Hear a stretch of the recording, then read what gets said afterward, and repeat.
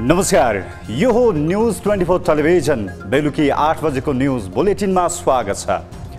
मङ्सिर 4 का लागि तोकिएको प्रतिनिधि सभा र प्रदेश सभाको निर्वाचनका लागि दलहरू तयारीमा जुटिसकेका छन्।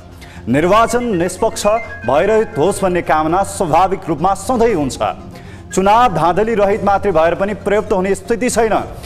निर्वाचनमा राजनीतिक दलहरूले अघि सार्ने उम्मेदवारहरूको सक्षमता, निष्पक्षता, इमानले धेरै प्रभाव पार्छ। एउटै व्यक्तिको इमानको पूरा फाइदा राष्ट्रले पाउँछ।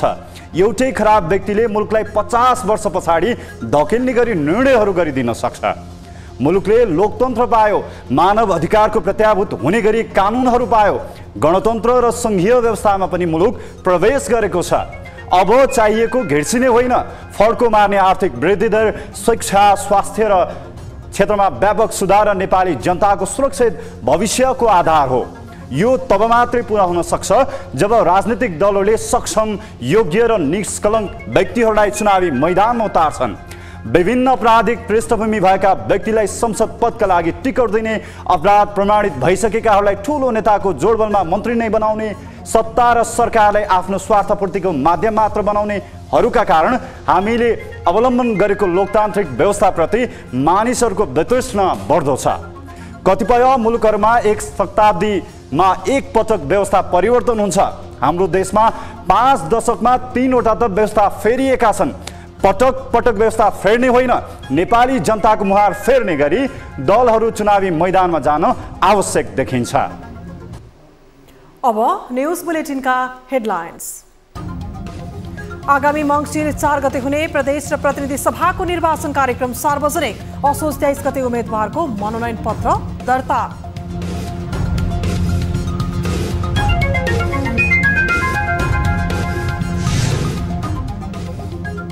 नेपाली कांग्रेसमा संकट निम्तिएको पूर्व राष्ट्रपति यादवको टिप्पणी, एक्लै जनतामा जान नसकेको भन्दै कांग्रेसको आलोचना।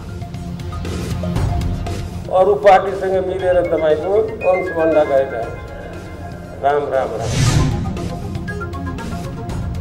त्रिभुवन विमानस्थलको भिआइपी कक्षको दुरुपयोग, प्रहरी र अध्यागमनकै कालो सूचीमा रहेका फरार अभियुक्त नै भेटिन्छन् भिआइपी कक्षमा।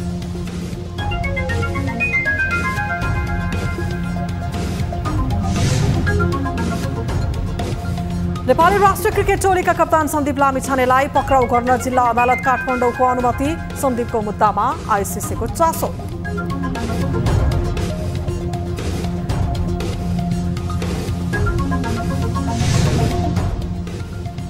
र श्रीलङ्कामा नयाँ सरकार गठनपछि पनि आर्थिक सङ्कट कायमै, विदेशी मुद्रा अभावका कारण इन्धन तथा अति आवश्यक दैनिक सामग्री खरिद गर्न समस्या।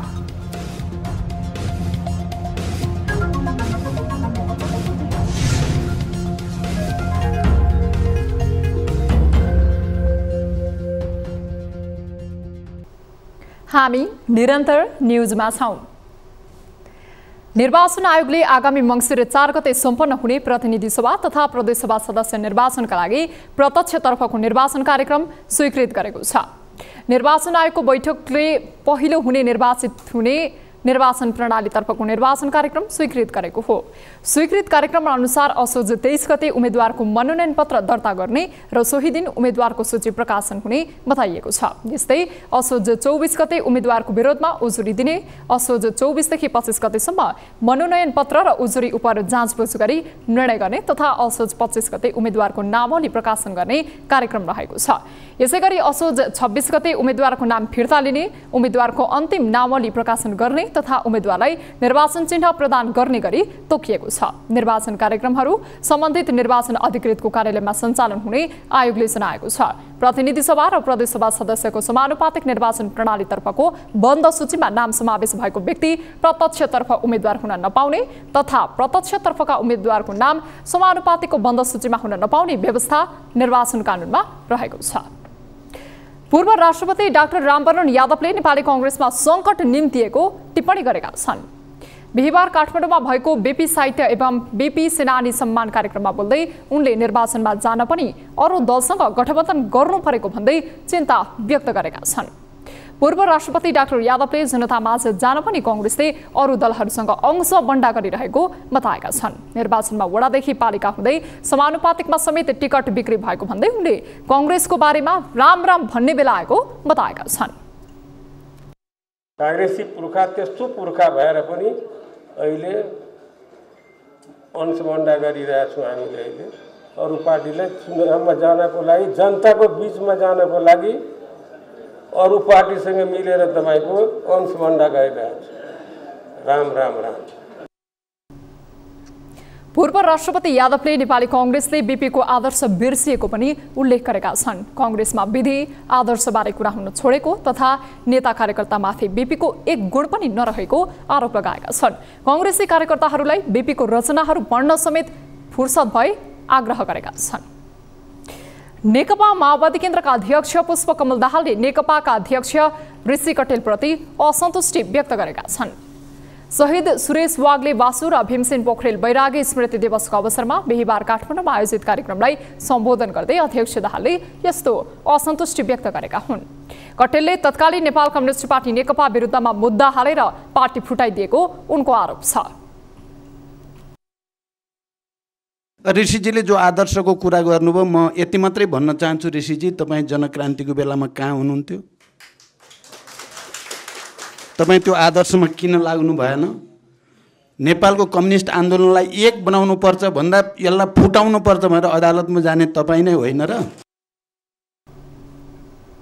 सोही सभामा नेपाल कम्युनिस्ट पार्टीका अध्यक्ष ऋषि कटेलले नेपाली कांग्रेससँग भाग मागेर उत्पीडित वर्ग र समुदायको मुक्ति नहुने टिप्पणी गरेका थिए। वर्ग समुदायको मुक्ति र देशको राष्ट्रिय स्वाधीनताको रक्षाको बाटो क्लियर हुँदैन तबसम्म सम्मान हुँदैन। त्यसकारण यो सम्मानको लागि लाग्न अब कांग्रेससँग भाग मागेर मुक्ति हुन्छ।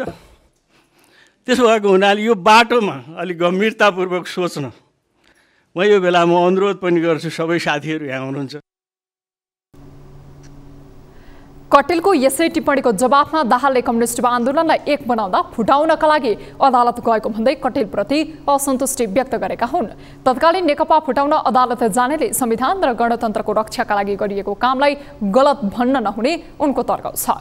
प्रचण्डले जनक्रान्तिको बेलामा कहाँ हुनुहुन्थ्यो, किन त्यो आदर्शमा लाग्नु भएन भनी कटेललाई प्रश्न समेत गरेका छन्। स्थिरताको कारक हो, प्रचण्ड रहँदासम्म यो देश चाहिँ अप्ठ्यारा परिरहेको छ, प्रचण्ड सिद्ध्याउनु पर्छ भनिएकै छ। मैले सङ्घर्ष छोडेको भए त्यसो भन्नुपर्ने आवश्यकता हुँदैन थियो प्रतिक्रियावादीहरूलाई, अवसरवादीहरूलाई। म सङ्घर्षमै छु, त्यसकारण प्रहार अर्को कित्ताबाट प्रहार भइ नै राखेको छ। अध्यक्ष दाहालले आफू पहिलो पटक प्रधानमन्त्री हुँदा जनयुद्धका शहीदहरूलाई राष्ट्रिय शहीद घोषणा गर्ने निर्णय गरेको भए पनि हालसम्म कार्यान्वयन नभएको बताएका छन्। सो निर्णय कार्यान्वयनका लागि आफू लागि परेको उनको भनाइ छ। उद्योग वाणिज्य तथा आपूर्ति मन्त्री दिलेन्द्र प्रसाद बडुले देशभरका ऋण उद्योगहरू सञ्चालन गर्ने मोडालिटी तयार भएको बताएका छन्। मन्त्रालय सम्हालेको 5 महिना भएको अवधिमा कामबारे जानकारी दिन बिहिबार मन्त्रालयमा आयोजित पत्रकार सम्मेलनमा मन्त्री बडुले यस्तो बताएका हुन्। उनले यसै वर्षदेखि बन्द रहेको मध्ये विभिन्न 7वटा उद्योग सञ्चालन गर्ने गरी अर्थ मन्त्रालयको निजीकरण एकाइमा पेश गरिएको पनि बताएका छन्। रुग्ण उद्योगहरूको पुनः सञ्चालन र व्यवस्थापनका सम्बन्धमा गठित कार्यदलले गोर्खाली रबर उद्योग, जनकपुर चुरोट कारखाना, नेपाल ओरिएन्ट एन्ड म्याग्नेसाइट प्राली, नेपाल मेटल कम्पनी, बुटवल धागो कारखाना, विराटनगर जुट मिल र हेटौँडा कपडा उद्योग सञ्चालनको लागि विकल्प सहितको सञ्चालन मोडालिटी तयार गरिसकेको जानकारी दिएका छन्। उनले कार्यदलले तयार गरेको मोडालिटी मन्त्री परिषदबाट समेत पास भई उद्योग सञ्चालन गर्ने गरी अर्थ मन्त्रालयको निजीकरण एकाइमा पेश गरिएको समेत बताएका छन्। उनका अनुसार मन्त्रालयसँग सम्बन्धित 17वटा सार्वजनिक संसाधन संस्थाहरूमध्ये 7वटाको चल अचल सम्पत्ति यकिन गरी संरक्षणका लागि अभिलेखन कार्य सुरु गरिएको बताइएको छ।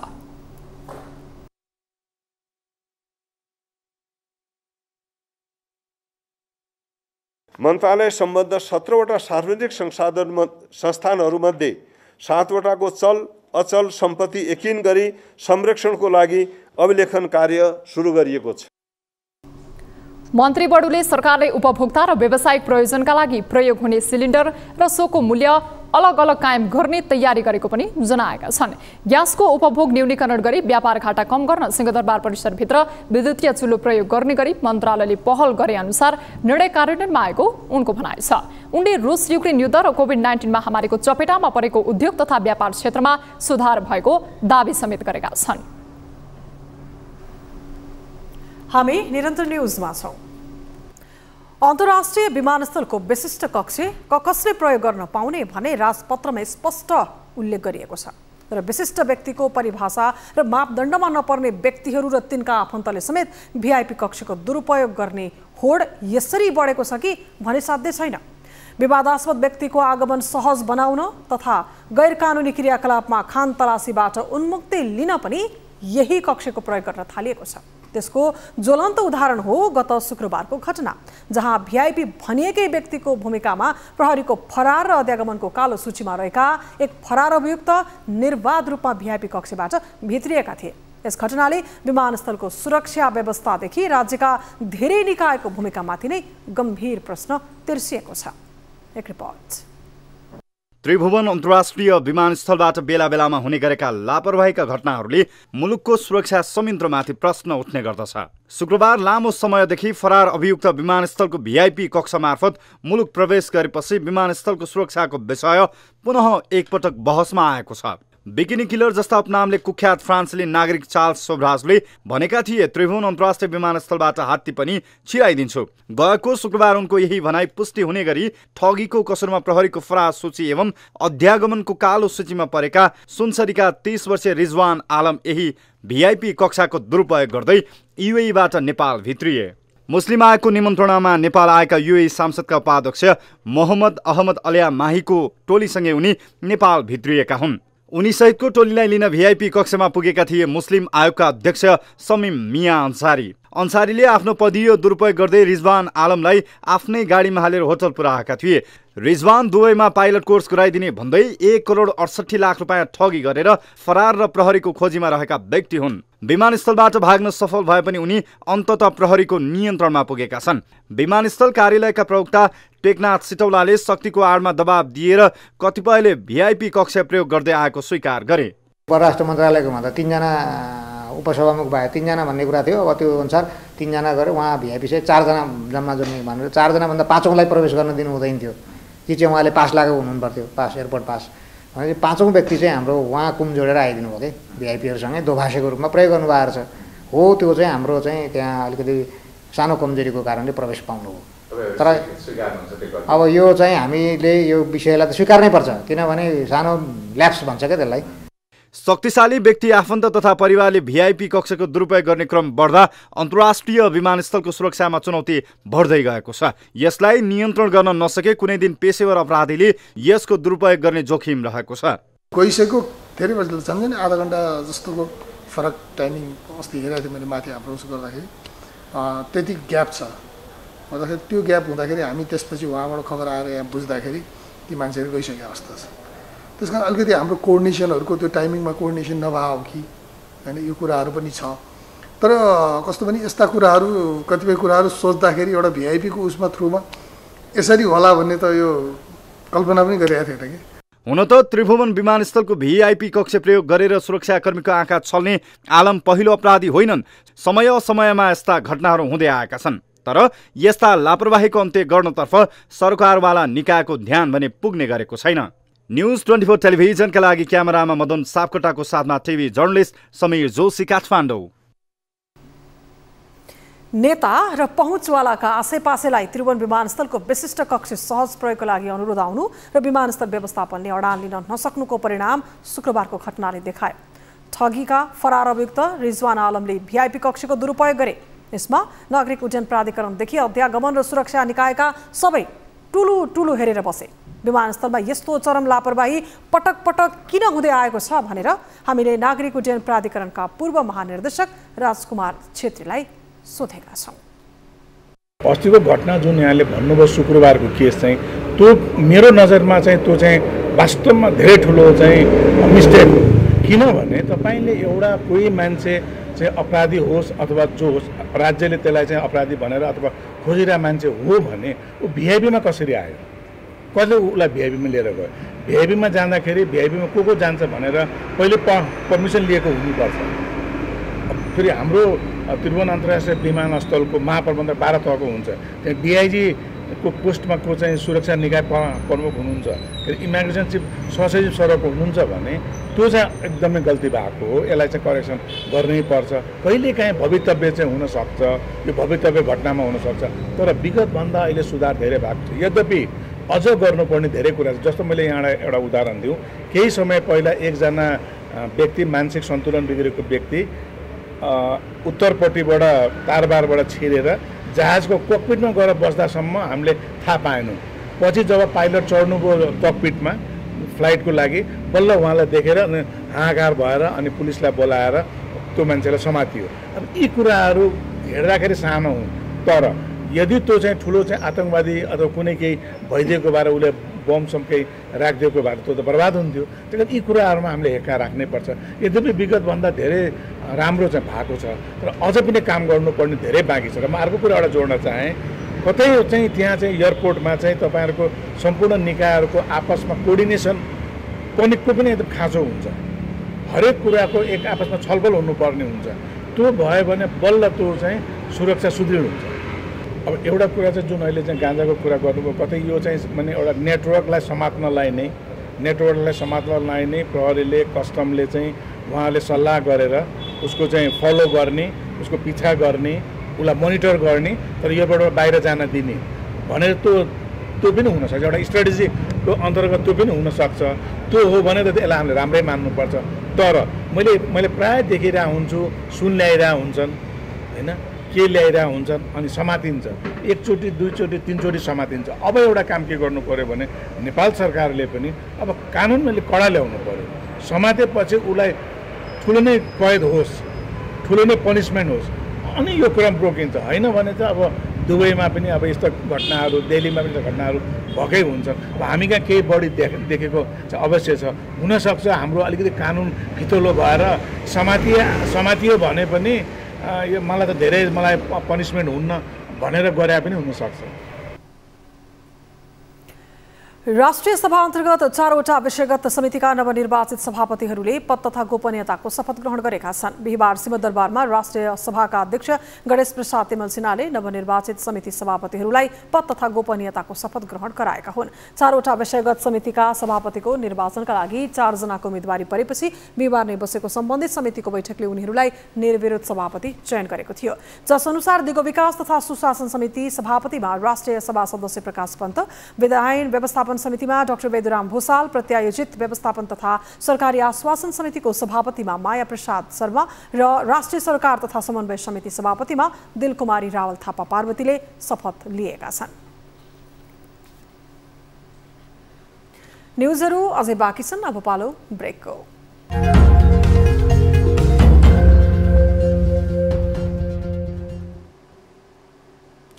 हामी निरन्तर न्युजमा छौं। नेपाली चलचित्र क्षेत्रका कलाकार पौल शाहलाई मंगलबार जिल्ला अदालत नवलपुरले नाबालिकामाथि यौन दुर्व्यवहार मुद्दामा 2.5 वर्ष जेल सजायको फैसला सुनायो। त्यही दिन नेपाली राष्ट्रिय क्रिकेट टिमका कप्तान सन्दीप लामिछाने विरुद्ध काठमाडौँ प्रहरी परिसरमा बलात्कारको मुद्दामा जाहेरी पर्यो। राष्ट्रिय क्रिकेट टोलीको नेतृत्व गर्दै अन्तर्राष्ट्रिय क्रिकेट खेल्न भन्दै विदेशमा गएका लामिछानेको यो मुद्दापछि काठमाडौँ जिल्ला अदालतले पक्राउ पूर्जी जारी गर्यो। क्यानले पनि उनलाई निलम्बन नै गरिसकेको छ। यता अन्तर्राष्ट्रिय क्रिकेट संघ आइसिसीले समेत यस विषयलाई चासोका साथ हेरेको छ। एक रिपोर्ट। अभिनेता पौल शाहले सफाई पाएकै दिन सफलताको उडानमा रहेका चर्चित क्रिकेटर सन्दीप लामिछानेलाई पनि जबरजस्ती करौनीको आरोप लागेको समाचार बाहिरियो। प्रहरी स्रोतबाट जाहेरी सम्बन्धी सूचना चुहिएपछि मंगलबार यो विषयले सनसनी पैदा गर्यो र सामाजिक सञ्जालमा एकैछिनमा भाइरल बन्यो। लामिछाने विरुद्ध भदौ 21 गते मंगलबार 17 वर्षीय किशोरीले जबरजस्ती करौनी गरेको आरोप सहित गौशाला प्रहरीमा उजुरी दिएकी थिइन्। सन्दीप विरुद्ध बलात्कार अभियोगको उजुरी परेपछि राष्ट्रिय अन्तर्राष्ट्रिय रूपमा नै चासो बढ्यो।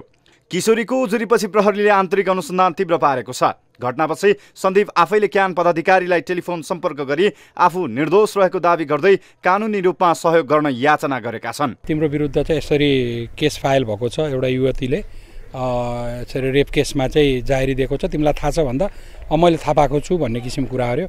अनि के हो त तिम्रो भनाइ यसमा भन्दा होइन मेरो त्यस्तो केही पनि इन्भल्भमेन्ट होइन भन्ने किसिमको उसले कुरा गर्यो। अनि मुद्दा त परिसक्यो नि त तिमी विरुद्ध भन्दा उसले क्यानले चाहिँ मलाई हेल्प गरिदिनु पर्यो भनेर। मैले कस्तो किसिमको हेल्प भन्दा उसले चाहिँ कानुनी उपचारमा चाहिँ सहयोग गरिदिनु पर्यो, राम्रो लयरहरू चाहिँ प्रोफाइलिस्ट लयरहरू चाहिँ मेरो लागि हायर गरिदिनु पर्यो भन्ने किसिमको कुरा गर्यो। क्रिकेटर सन्दीपको मुद्दाबारेमा क्यानले मात्र होइन आइसिसीले समेत उत्तिकै चासो राखेको छ। घटनापछि आइसिसीलाई पनि यसबारेमा क्यानले जानकारी गराएको छ।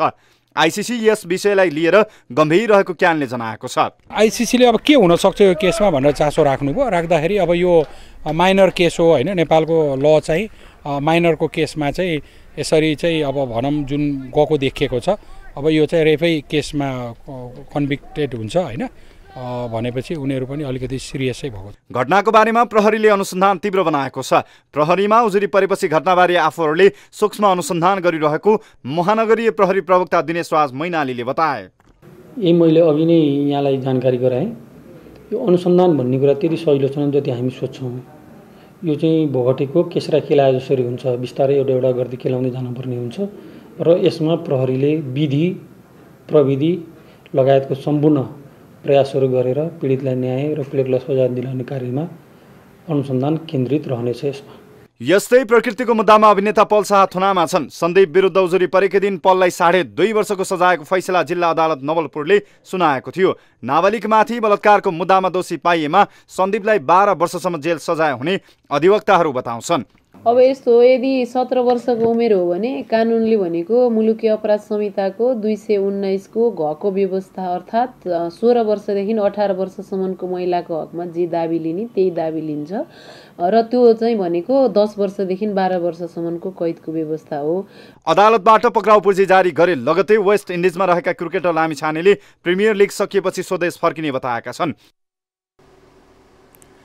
नेपालमा पछिल्लो 24 घण्टामा थप 227 जनामा कोरोना भाइरस संक्रमण पुष्टि भएको छ।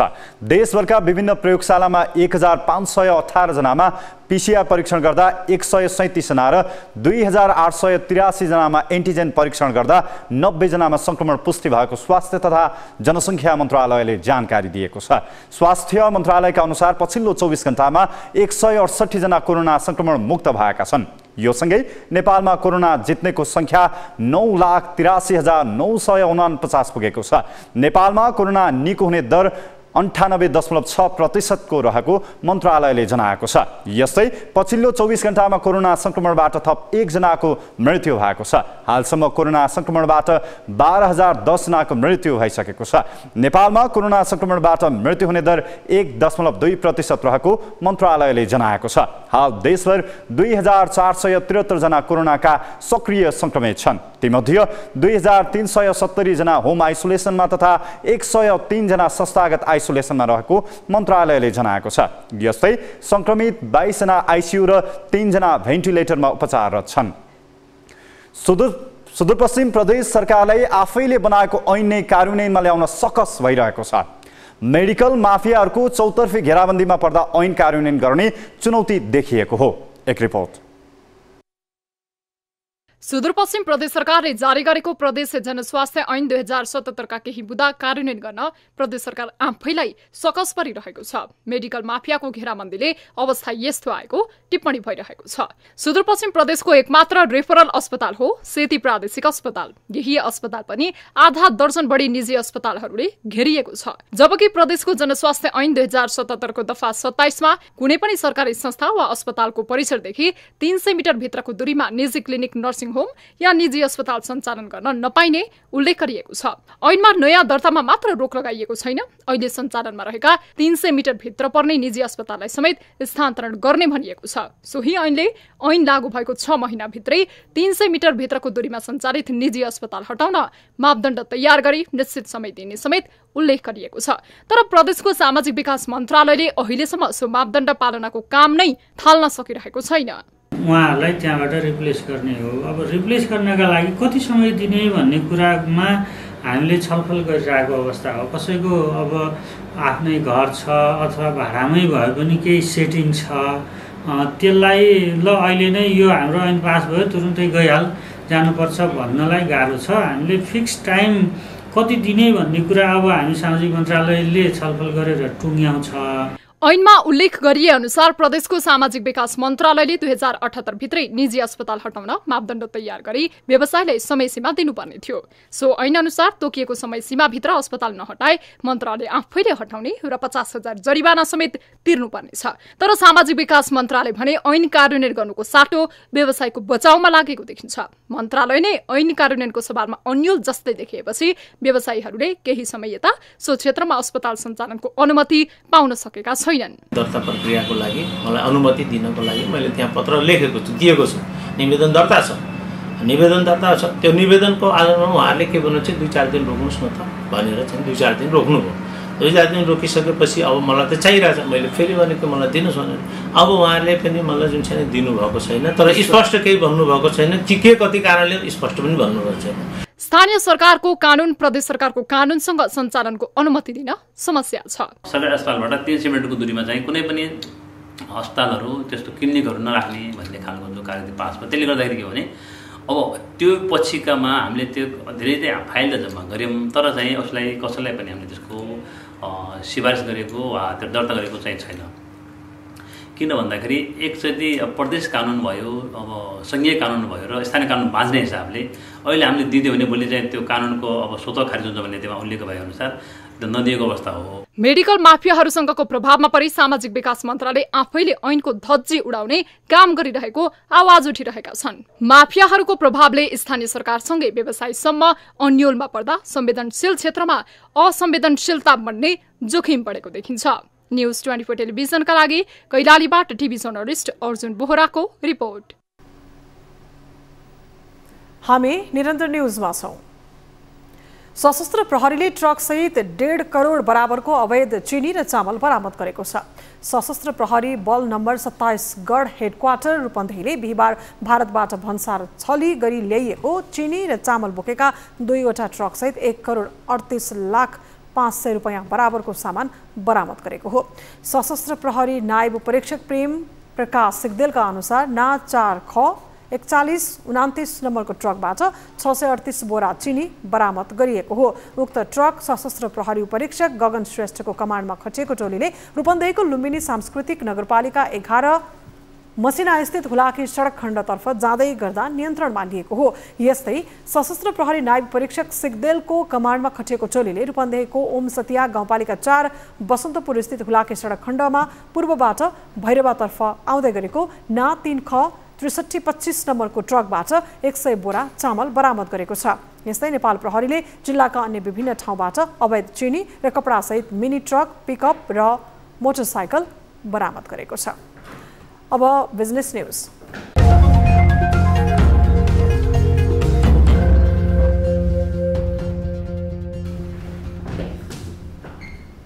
8औं संस्करणको फर्निचर तथा फर्निसिङ एक्सपो 2022 सुरु भएको छ। काठमाडौँको भृकुटी मण्डप स्थित प्रदर्शनी स्थलमा बागमती प्रदेशका उद्योग वाणिज्य तथा आपूर्ति मन्त्री मिलनबाबु श्रेष्ठले एक्सपोको उद्घाटन गरेका हुन्। नेपाल फर्निचर तथा फर्निसिङ सङ्घको आयोजनामा 5 दिनसम्म चल्ने एक्सपोले फर्निचर र फर्निसिङ उत्पादनको आयातलाई प्रतिस्थापन गर्न टेवा पुर्याउने अपेक्षा गरिएको छ। एक रिपोर्ट। 8औं संस्करणको फर्निचर तथा फर्निसिङ एक्सपो 2022 सुरु भएको छ। काठमाडौँको भृकुटी मण्डप स्थित प्रदर्शनी स्थलमा बागमती प्रदेशका उद्योग वाणिज्य तथा आपूर्ति मन्त्री मिलन बाबु श्रेष्ठले एक्सपोको उद्घाटन गरेका हुन्। नेपाल फर्निचर तथा फर्निसिङ सङ्घको आयोजनामा 5 दिनसम्म चल्ने एक्सपोले फर्निचर तथा फर्निसिङ उत्पादनको आयातलाई प्रतिस्थापन गर्न टेवा पुर्याउने अपेक्षा गरिएको छ। 5 दिनसम्म हरेक दिन बिहान 10 बजेदेखि एक्सपोमा सहभागी हुन सकिने व्यवस्थापक इभेन्ट सोलुसन प्रालीले जनाएको छ। एक्सपोमा प्रदर्शकहरूले चाडपर्वलाई लक्षित गरी विभिन्न किसिमका अफरहरू राखेका छन्। प्रदर्शकहरूले विभिन्न ब्रान्डका वस्तु तथा सेवा हेरी सहभागीलाई फर्निचर तथा फर्निसिङ लगायतका सेवा तथा उत्पादन अफरमा उपलब्ध गराउनेछन्। यसका साथै प्रत्येक दिन डोर प्राइजको पनि व्यवस्था गरिएको छ। 100 भन्दा बढी प्रदर्शनी कक्ष रहेको एक्सपो अवलोकनका लागि प्रवेश निशुल्क गरिएको छ।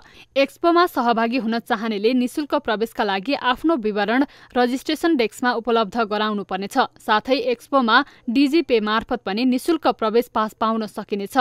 प्रेस्टिज कार्पेटले शीर्ष प्रायोजन गरेको एक्सपोलाई हलेसी डेकोर, भिभोन इकोनोमिक चेयर, जेन्सा कार्पेट, युनाइटेड फोम एन्ड म्याट्रेसले मुख्य प्रायोजन गरेको छ। स्वदेशी उत्पादनका फर्निचरहरू धेरै छन् जुन हामी विदेशीको कम्पेयरमा यही बनाउन थालेका छौँ। त्यो आजको मेलामा हामीले डिस्प्ले गरेका छौँ। हाम्रो फर्निसिङ लाइनमा हामी कार्पेटमा आजको दिनमा आत्मनिर्भर भइसकेका छौँ। विभिन्न किसिमका फ्याक्ट्रीहरूको सामानहरू यहाँ डिस्प्ले छन्। थ्रो कार्पेट गलैँचाहरूमा पनि हामी आजको दिनमा आत्मनिर्भर छ। म्याट्रेसमा हामी धेरै किसिमका ब्रान्डिङहरू छ जुन नेपालमा आफ्नै उत्पादन छ। डिजिटल पेमेन्ट पार्टनरमा डिजी पे रहेको छ। एक्सपोलाई स्पेस म्यागजिन, नेपाल हस्तकला महासंघ र इन्टेरियर डिजाइनर एसोसिएसन नेपालको सहयोग छ। एक्सपोलाई नेपाल चेम्बर अफ कमर्स तथा नेपाल फर्निचर तथा फर्निसिङ व्यवसाय महासंघको पनि सहयोग रहेको छ। अब नेपालमा यो 10 वर्षको दौरान हामीले नेपाली प्रडक्टहरू आज कार्पेटदेखि लिएर wall to wall carpet, furniture, तपाईको अब भनौँ नि यो म्याट्सहरू, तपाईको चेयरहरू, प्लास्टिक चेयरदेखि लिएर अब नेपालमै 70% जुन हामी इम्पोर्ट गर्थ्यौँ त्यो फर्निचर र फर्निसिङका सामानहरू यही बन्न थाल्यो। किचन, बेडरुम, बाथरुमका साथै आउटडोर फर्निचर, कार्पेट, पर्दा, म्याट्रेस, डेकोरेसन सामग्री, home decor, office furniture, hospital furniture, machinery औजारका साथै इन्टेरियर डिजाइन, वास्तु परामर्श प्रदर्शनीको आकर्षणका रूपमा रहेका छन्। 5 दिनसम्म चल्ने एक्सपोमा 1 लाख भन्दा बढी सहभागी हुने अपेक्षा गरिएको छ। संघले सन् 2022 देखि राजधानीको भृकुटी मण्डपमा वर्षेनी फर्निचर तथा फर्निसिङ सामग्रीहरूको बृहत मेला फर्नेक्स नेपालको आयोजना गर्दै आएको छ। न्युजहरू अझै बाँकी छन्, अब पालो ब्रेकको।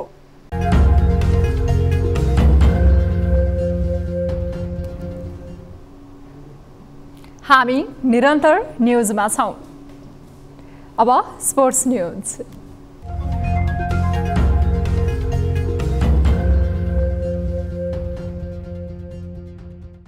नेपाल क्रिकेट संघ क्यानको आयोजनामा काठमाडौँमा हुने नेपाल टी20 लीगका थप 2 टोली घोषणा भएका छन्। क्यानले बिहिबार पत्रकार सम्मेलन गर्दै पोखरा एभेन्जर्स र फार वेस्टर्न युनाइटेडको नाम सार्वजनिक गरेको हो। सार्वजनिक गरिएको टोलीमा पोखरा एभेन्जर्सको अध्यक्षमा पुष्पराज गेवाली, निर्देशकमा सुबोध त्रिपाठी र सीईओमा अतिशा गेवाली रहेका छन्। यता फार वेस्टर्न युनाइटेडको भने इंग्ल्यान्डको SR sports and ventures charter accountant Rupinder Bagga रहेकी छन्। कार्यक्रममा दुवै टोलीका मालिकले खेलकुद र नेपाली क्रिकेटमा योगदान दिन चाहेको बताएका छन्। यसअघि Kantipur Capital, Janakpur Royals, Biratnagar Super Kings र लुम्बिनी अल स्टार्सको नाम सार्वजनिक गरिएको थियो। यो सँगै नेपाल टी20 लीग खेल्ने सबै 6 फ्रेन्चाइज टोलीको नै घोषणा भएको छ। नेपाल टी20 लीग आगामी असोज 8 गतेदेखि कार्तिक 5 गतेसम्म आयोजना हुँदैछ। प्रतियोगिता होम तथा अवेको रूपमा गरी डबल राउन्ड रोबिनको आधारमा हुनेछ। पहिलो संस्करणको प्रतियोगितामा 6 टोलीले प्रतिस्पर्धा गर्नेछन्। प्रतियोगिता असोज 8 गतेदेखि कार्तिक 5 गतेसम्म आयोजना हुनेछ। क्यानले आयोजना गर्न लागेको पहिलो फ्रेन्चाइज क्रिकेट प्रतियोगितालाई अन्तर्राष्ट्रिय क्रिकेट परिषद आइसिसीले मान्यता दिएको छ भने नेपाली खेलकुदको सर्वोच्च निकाय राष्ट्रिय खेलकुद परिषद राखेपले यसअघि नै मान्यता दिइसकेको छ। प्रतियोगितामा ए ग्रेडमा रहेका खेलाडीले 15 लाख, बी ग्रेडमा रहने खेलाडीले 10 लाख र सी ग्रेडमा रहने खेलाडीले 5 लाख रुपैयाँ न्यूनतम पाउनेछन्। एक टोलीमा 11 नेपाली खेलाडी र 5 विदेशी खेलाडी रहनेछन्। असोज 28 गतेदेखि कार्तिक 3 गतेसम्म गण्डकी प्रदेशमा आयोजना हुने 9औं राष्ट्रिय खेलकुद अन्तर्गत पुरुष राष्ट्रिय क्रिकेट प्रतियोगितामा एनआरएनएले विजय सुरुवात गरेको छ। टी20 फर्मेटमा खेलाइएको प्रतियोगिताको पहिलो दिन 4 खेलको तालिका भए पनि वर्षाका कारण 3वटा खेल रद्द भए। बाँकी 1 खेल 6 ओभरमा खेलाइएको थियो। कीर्तिपुर स्थित टियु मैदानमा भएको सम्म बीको खेलमा एनआरएनएले सुदूरपश्चिमलाई 12 रनले पराजित गरेको हो। टियु मैदानमै तय भएको सम्म बी अन्तर्गत बागमती प्रदेश र प्रदेश 1 तथा मुलपानी क्रिकेट मैदानमा तय भएको सम्म ए अन्तर्गतको गण्डकी प्रदेश र मध्य प्रदेश तथा लुम्बिनी प्रदेश र कर्णाली प्रदेश बीचको खेल भने वर्षाका कारण रद्द भयो। प्रतियोगिता अन्तर्गत शुक्रबार कीर्तिपुरमा नै एनआरएनए र एपीएफ तथा सुदूरपश्चिम र बागमती प्रदेश बीच खेल हुने तालिका छ। मुलपानी मैदानमा नेपाल पुलिस क्लब र मध्य प्रदेश तथा त्रिभुवन आर्मी क्लब र कर्णाली प्रदेश बीच खेल हुनेछ।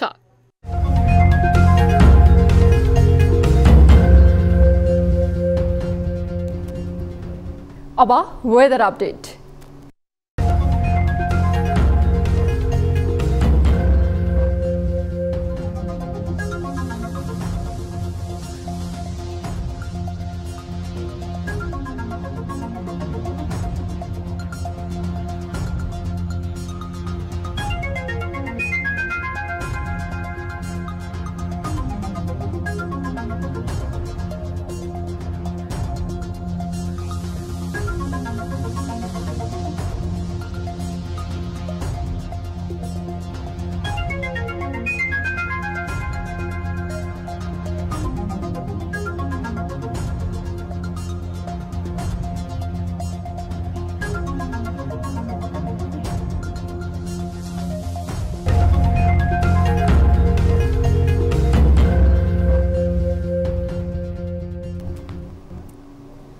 अब न्युज बुलेटिनको अन्त्यमा पुनः हेडलाइन्स। आगामी मङ्सिर 4 गते हुने प्रदेश र प्रतिनिधि सभाको निर्वाचन कार्यक्रम सार्वजनिक। असोज 23 गते उम्मेद्वारको मनोनयन पत्र दर्ता गर्न सकिने।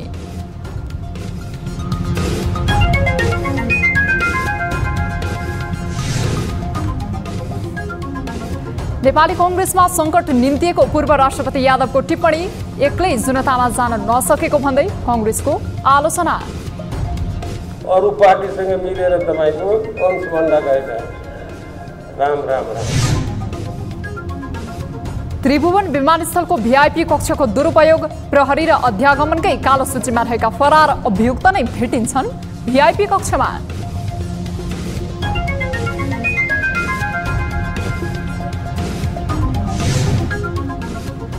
नेपाली राष्ट्रिय क्रिकेट टोलीका कप्तान सन्दीप लामिछानेलाई पक्राउ गर्न जिल्ला अदालत काठमाडौँको अनुमति।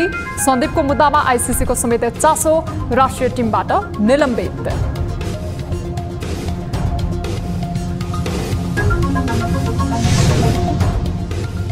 र श्रीलङ्कामा नयाँ सरकार गठनपछि पनि आर्थिक सङ्कट कायमै। विदेशी मुद्रा अभावका कारण इन्धन तथा अति आवश्यक दैनिक सामग्री खरिद गर्न समेत समस्या।